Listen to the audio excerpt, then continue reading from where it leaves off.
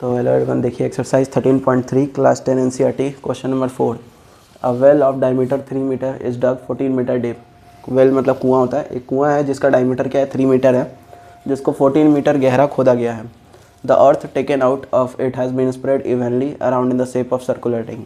The earth का मतलब वो उसमें से जो मिट्टी बाहर आया है उसको वहीं पे जो है इवनली स्प्रेड किया गया, मतलब बराबर अमाउंट में उस कुएँ के चारों तरफ फैलाया गया है। किस से, वो भी किसी शेप में, एक शेप के अकॉर्डिंग, जिसका शेप कैसा सर्कुलर रिंग जैसा है। ठीक है, सर्कुलर रिंग मतलब रिंग अंगूठी आप लोग पहनते होंगे, तो उसमें एक अंदर में भी सर्कल होता है और एक बाहर सर्कल होता है, और बीच में जो क्या होता है उसका थिकनेस होता है जिससे वो बना हुआ है। ठीक है, तो उसका विथ क्या है 4 मीटर, वही विथ दिया हुआ है कितना चौड़ा है वो जो मिट्टी यहाँ फैलाया गया। To form an embankment, embankment वही होता है जैसे कुएँ के पास आपने देखा होगा चबूतरा, उसी को एम्बैंकमेंट कह सकते हैं, जहाँ पे आप बैठ सकते हैं। ठीक है, वैसा बैठने लायक जगह। तो आपको उसी एम्बैंकमेंट का क्या पता करना है, हाइट पता करना है। ठीक है, तो जैसे कि ये बीच में कुआं है, ये कुआं है आपके पास, और इस कुएं के चारों तरफ क्या किया गया है, उस मिट्टी को फैला दिया गया है। ठीक है, ऐसे मिट्टी को सर्कुलर रिंग के फॉर्म में फैलाया गया है। देखिए ये रिंग जैसा लग रहा है, आप इसमें जैसे ये रिंग अगर छोटा मान ले, जैसे ये रिंग है, तो इसमें मैं हाथ डालूंगा तो अंदर का भी एक सर्कल होता है और बाहर भी सर्कल होता है, और बीच का कुछ थिकनेस होता है। ठीक है, और ये वेल है। ठीक है, ये कुआँ है और कुएं का डायमीटर आपको पता है जो कि क्या है 3 मीटर है। तो इसका डायमीटर आपको पता है, तो रेडियस कितना हो जाएगा वो हम लोग देखेंगे अभी। तो 3 का आधा 3/2 होता है। ठीक है, क्योंकि रेडियस क्या होता है डायमीटर का आधा, तो डायमीटर 3 है तो इसका रेडियस 1.5 होगा। और आपको बताया जा रहा है कि यहाँ पे जो वेल है और जो सर्कुलर रिंग का फॉर्मेशन हो रहा है, इसका विथ कितना है 4 मीटर है। विथ मतलब चौड़ाई होता है, चौड़ाई कितना दिया हुआ है 4 मीटर। 4 मीटर के रेडियस में, मतलब 4 मीटर का जो विथ है उसी में इवनली स्प्रेड किया गया है, मतलब बराबर अमाउंट में 4 मीटर की दूरी पर ही पूरा मिट्टी को रखा गया है। तो यहाँ से देखिए, यहाँ अगर ये 1.5 है तो ये पूरा क्या हो जाएगा, इस बड़े वाले सर्कल का रेडियस क्या हो जाएगा, तो 1.5 में आप 4 ऐड कर देंगे तो ये क्या बन जाएगा 5.5। ठीक है, ये हम लोग अभी देखेंगे। यहाँ पे देखिए पहले डायमेंशंस लिख लेते हैं इसका। सबसे पहले वेल की बात की जा रही है यहाँ पे, तो रेडियस ऑफ वेल, इसको हम लोग स्मॉल आर मान लेते हैं। ठीक है, क्योंकि आप देख रहे हैं वेल का रेडियस छोटा है और जो बाहर वाला सराउंडिंग है सर्कुलर रिंग उसका रेडियस बड़ा है, तो इसलिए हम लोग इसको स्मॉल आर ले लेते हैं।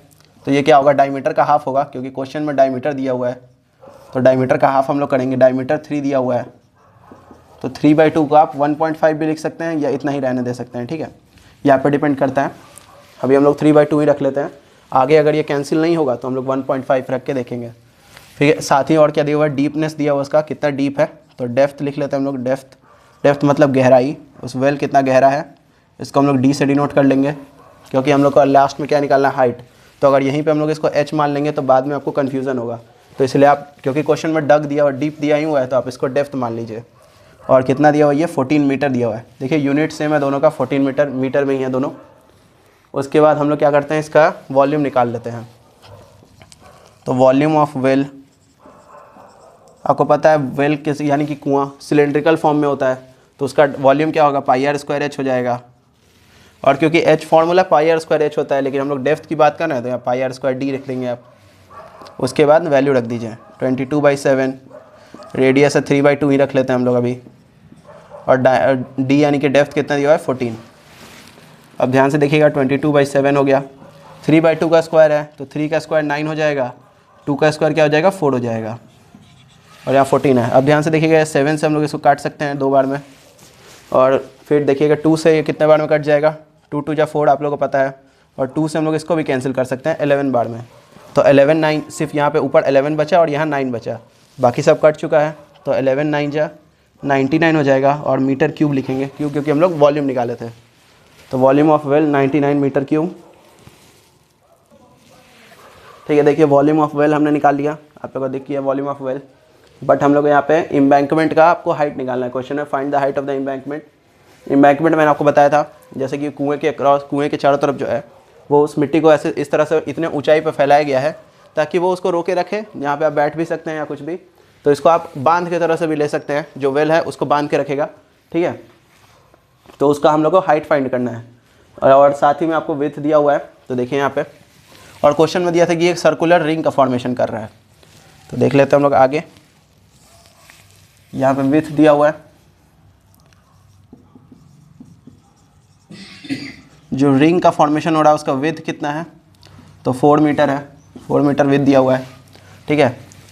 तो हम लोग यहाँ से देख लेते हैं। अब ये डायग्राम मैंने आपको बताया था, जैसे कि ये वेल है और ये एम्बैंकमेंट है, ये इतना चौड़ा ये एम्बैंकमेंट है, जो 4 मीटर जिसका विड्थ है, ये क्या है, एम्बैंकमेंट है उस कुएँ के चारों तरफ। तो इसी का हम लोग को क्या निकालना है, हाइट निकालना है। बट इसका देखिए यहाँ पे, क्योंकि ये सर्कुलर रिंग का फॉर्मेशन कर रहा है, तो बड़ा वाला जो ये जो होगा ना, ये एक सिलेंड्रिकल फॉर्म में होगा, क्योंकि कुआं है, ठीक है। जैसे ये कुआं है, इसके चारों तरफ मैंने मिट्टी फैलाया, तो उसका कुछ हाइट होगा, ठीक है, वो एक सिलेंड्रिकल का फॉर्म करेगा। सिलेंडर ऐसे सिलेंडर है और एक अंदर कुआं होगा, तो कुआं भी सिलेंड्रिकल है और उसके बाहर जो एम्बैंकमेंट है वो भी क्या है, सिलेंड्रिकल। तो इस बड़े वाले सिलेंड्रिकल का बड़े वाला जो सिलेंडर होगा उसमें से छोटा वाला सिलेंडर को हम लोग माइनस कर देंगे, तो आपको क्या मिल जाएगा, ये बीच का जो रीज़न है वो मिलेगा। तो इसको आप कैसे लिख सकते हैं, पहले हम लोग रेडियस लिख लेते हैं। तो रेडियस ऑफ एम्बैंकमेंट लिख लीजिए आप, एम्बैंकमेंट, या फिर आप इसके जगह पे लिख सकते हैं बिगर सर्कल का तरह से आप देख सकते हैं। इसको हम लोग क्या मान लेते हैं यहाँ से, इसको कैपिटल आर मान लेंगे और इसको क्या मान लेंगे, स्मॉल आर। तो रेडियस ऑफ वेल, जिसको हमने पहले से स्मॉल आर मान लिखा है, वो है 1.5 या 3/2 यहाँ पर रख सकते हैं। 3/2 हमने लिखा था, जिसको हम लोग 1.5 लिख लेंगे। और radius of embankment equal to क्या हो जाएगा, इसको हम लोग कैपिटल आर मान लेते हैं, जो कि क्या होगा, वेल का रेडियस प्लस 4 मीटर जो कि विथ है, ठीक है। तो आर स्मॉल आर यानी कि क्या हो जाएगा, radius of well plus with यानी कि चौड़ाई। तो 1.5 मीटर प्लस में 4 मीटर करेंगे तो यहाँ से हो जाएगा 5.5 मीटर। तो कैपिटल आर का वैल्यू मिल गया आपको, स्मॉल आर का वैल्यू मिल गया। तो वॉल्यूम ऑफ एम्बैंकमेंट क्या हो जाएगा यहाँ से, pi capital R square H minus pi small R square H, ठीक है।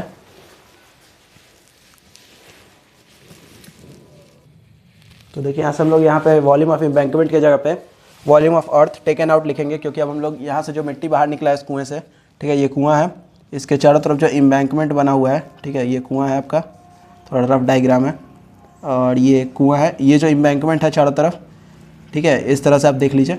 ये इसी का आप लोग को वॉल्यूम निकालना है। तो वो किसके बराबर होगा, जितना मिट्टी कुआं में से निकालेंगे वो उसके बराबर होगा, और उसका वॉल्यूम हम लोग निकाल चुके हैं। तो इसका हम लोग आगे प्रोसीजर करेंगे, फिर दोनों को क्या कर देंगे, इक्वेट।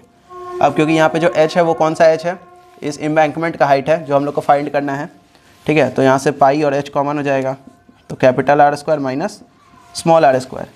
तो यहाँ से पाई एच हो गया, कैपिटल आर कितना है 5.5 है, 5.5 का स्क्वायर हो जाएगा, माइनस ये कितना है 1.5 का स्क्वायर हो जाएगा, ठीक है। 5.5 का स्क्वायर प्लस माइनस 1.5 का स्क्वायर, तो यहाँ से हो जाएगा पाई एच, ये हो जाएगा 30.25 माइनस 2.25, ठीक है। यहाँ से इसको आप सब्ट्रैक्ट करेंगे तो पाई एच इंटू 28 आ जाएगा, ठीक है। इसको आगे सॉल्व कर लेते हैं हम लोग। पाई के जगह अगर 22/7 रख दें, h इंटू 28, तो हो जाएगा 4 बार में कट जाएगा, तो यहाँ से मिलेगा आपको कितना 88h मीटर क्यूब। क्योंकि हम लोग को हाइट ऑफ एम्बैंकमेंट पता नहीं है कि वो जो मिट्टी बाहर में बांध की तरह लगाया गया है एम्बैंकमेंट का जो हाइट है वो हम लोग को नहीं पता है, तो h के जगह पे हम लोग वैल्यू कैसे पता करेंगे, क्योंकि आपको पता है जितना मिट्टी यहाँ कुएं में से निकाला गया होगा उसी का वही किसके बराबर होगा, एम्बैंकमेंट के वॉल्यूम के। तो एम्बैंकमेंट का वॉल्यूम हमने निकाला, या फिर जो अर्थ हमने बाहर निकाला था जो फैलाया गया था वो किसके बराबर हो जाएगा, वॉल्यूम ऑफ वेल के, या the volume of earth in the well, ठीक है। ये दोनों आपस में क्या होंगे, बराबर होंगे। तो इस दोनों को हम लोग इक्वेट करेंगे और h का वैल्यू निकालेंगे।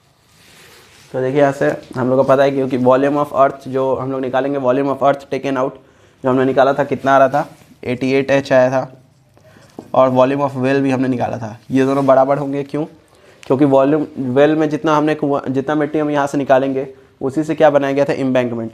तो जो इसका वॉल्यूम होगा वही जो अर्थ टेकन आउट हमने अर्थ को फैलाया गया है, जो मिट्टी फैला है उसका दोनों का वॉल्यूम क्या होगा, सेम होगा। तो यहाँ से h इज इक्वल टू क्या हो जाएगा, ये मल्टीप्लाई में है तो इधर चल जाएगा डिवाइड में, तो यहाँ से इसको काटेंगे तो 11 के टेबल से 9/8 हो जाएगा। मीटर लिखेंगे क्योंकि यहाँ पे सब कुछ यूनिट किस में जा रहा है, मीटर में जा रहा है। तो यहाँ से हम लोग इसको अब डिवाइड देंगे, यहाँ से इसको डिवाइड देंगे 9 को 8 से, तो आपको मिल जाएगा h is equal to 1.125 metre. ठीक है, यही हो जाएगा आपका आंसर, और यही हो जाएगा किसका, हाइट ऑफ एम्बैंकमेंट। तो आप लास्ट में लिख भी सकते हैं हेंस हाइट ऑफ एम्बैंकमेंट